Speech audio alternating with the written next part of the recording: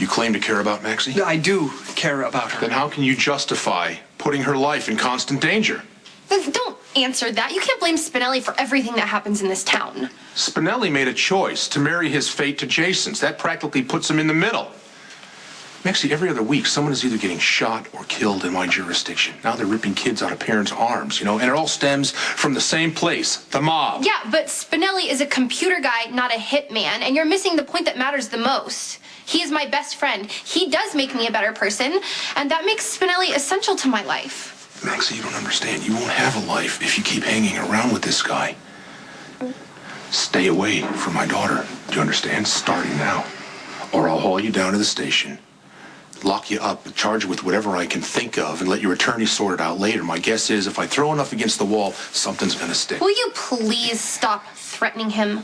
Okay, there's no need to furrow your beautiful brow. I will not be swayed from Maximista's side. I didn't want to play this card, but you leave me no choice. I've been too lenient over the years. With you, with Georgie, with Robin. Especially when it comes to some of the whack jobs you've chosen to hang out with. Those days are over. I'll tell you how it's going to be. No more Spinelli. That's it. I forbid you to see him. I'm over 18. You can't forbid me to do anything.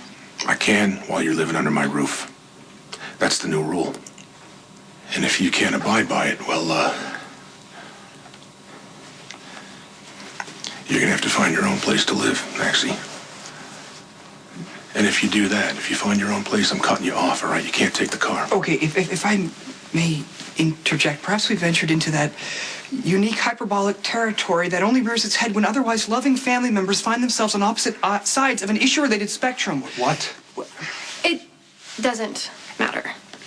I'm not gonna close the door on my friendship with Spinelli, and if that means that I'll have to move out and I'll be scraping by using public transportation, then I will chalk it up as a growing experience.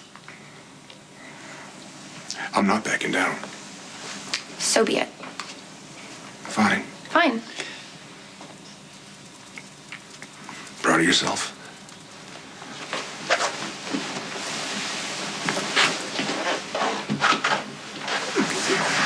The Jackal's heart is warmed by your unwavering loyalty and ferocious defense, but your homelessness is not a desirable outcome. Perhaps you should just go after him and... And what? Apologize? Cave into Mac's blackmail? Let him pull me away from the one person I actually look forward to seeing every day? I don't think so. What will you do? I'll do exactly what I said I would. I'll move out. I mean, I think that it's time. You were wonderful. I was? Yeah, well, you sit up to Mac like you do it every day. I'm very proud of you. Well, I'm overwhelmed by such praise, but the patriarch of Law and Order had some valid points. No, he didn't. He's just concerned about the safety of your lovely person, worried that some blowback from my chosen life might land on you, and I share those concerns. Well, I don't. I feel perfectly safe around you. You are defiantly refusing to acknowledge certain facts. We're in a time of civil war, and anyone even peripherally associated with the gangster element is fair game, and that includes me, and therefore you. Not seeing you is not an option for me. And as for the so-called danger, I'll just have to live with the possibility and take reality as it comes. Has anyone braver ever walked this green earth? I am not brave. I'm selfish. And I wouldn't want to know the type of person I would be without you in my life. I meant what I said to Mac. You really make me a better person, Spinelli, and no one, no matter who it is or how much I love them, will dictate you out of my life. I am flattered, and I have to say somewhat taken aback by this passion. Usually I'm so busy and stressed by all the work responsibilities I have, so listen to me because I'm only going to say this one time. You're an incredible man. You are funny and considerate and smart. And given the chance to have 1 hour with you or a happily ever after with somebody else, I would take that 1 hour. Depending on who the happily ever after was attached to, but seeing as how there's no one in my life that's like that right now, I mean, what I said was how I felt, so that's the truth, right? Right. But now this... Your admirable stance has precipitated the necessity for an unexpected residence relocation. Yeah, well, I was only staying with Mac for that long because I think he still really misses Georgie. But, I mean, I'm a grown woman now, and I have a career, and thanks to you, my best friend, a social life that doesn't suck, so why shouldn't I have my own place? You sound sure. I am sure. Well, okay, but in the meantime, you'll need a place to lay your lovely head. I hope you'll consider Stone Cold's house at your disposal. Oh, no, I don't think that is a good idea. That would be very bad timing, and Jason's got a lot of stuff going on. If I stayed there, that would only distract him.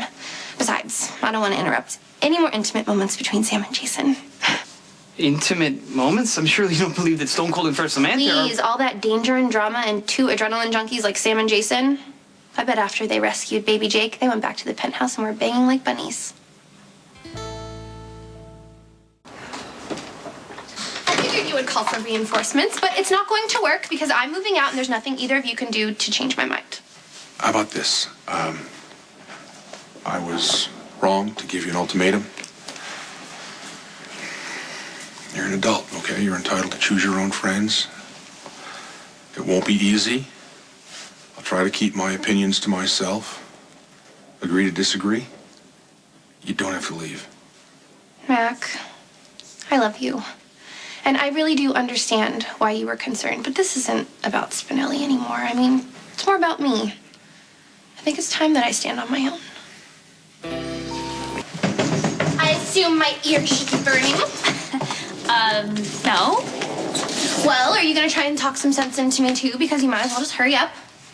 No. I got nothing to say. Listen, you don't have to leave in the middle of the night. No time like the present, right? Grab the bull by the horns and all that. I'll come back for the rest of my stuff when I figure out where I'm going. You don't even know where you're going. Sure I do. Do you have the number for a cab company? Maxie, take the car. You said I couldn't take the car. I'm giving it back, okay? Just, you can either argue or say thank you. Thank you, Mac. There's nothing I can do to change your mind? No. But don't take it personal or feel guilty about suggesting it. I think this is a good thing. I mean, you'll finally have your house to yourself. And even though Matt Hunter didn't turn out to be nearly as annoying as I thought he would, I think it's a good thing he got his own apartment and moved out, so you'll be able to have your own house to yourself. I mean, has that ever even happened? I'm not sure I know how to live alone. Well, maybe it's your time, too, to find out. Mac, I love you. And not to get mushy or anything, but I'm really grateful that I could call you my dad. I mean, you took us in, me and Robin and Georgie, and I think I could speak for all of us when I say we had some pretty screwy families. But you gave us the ground under our feet and a foundation to work from and a place to call home. And that means a lot to me. Me too.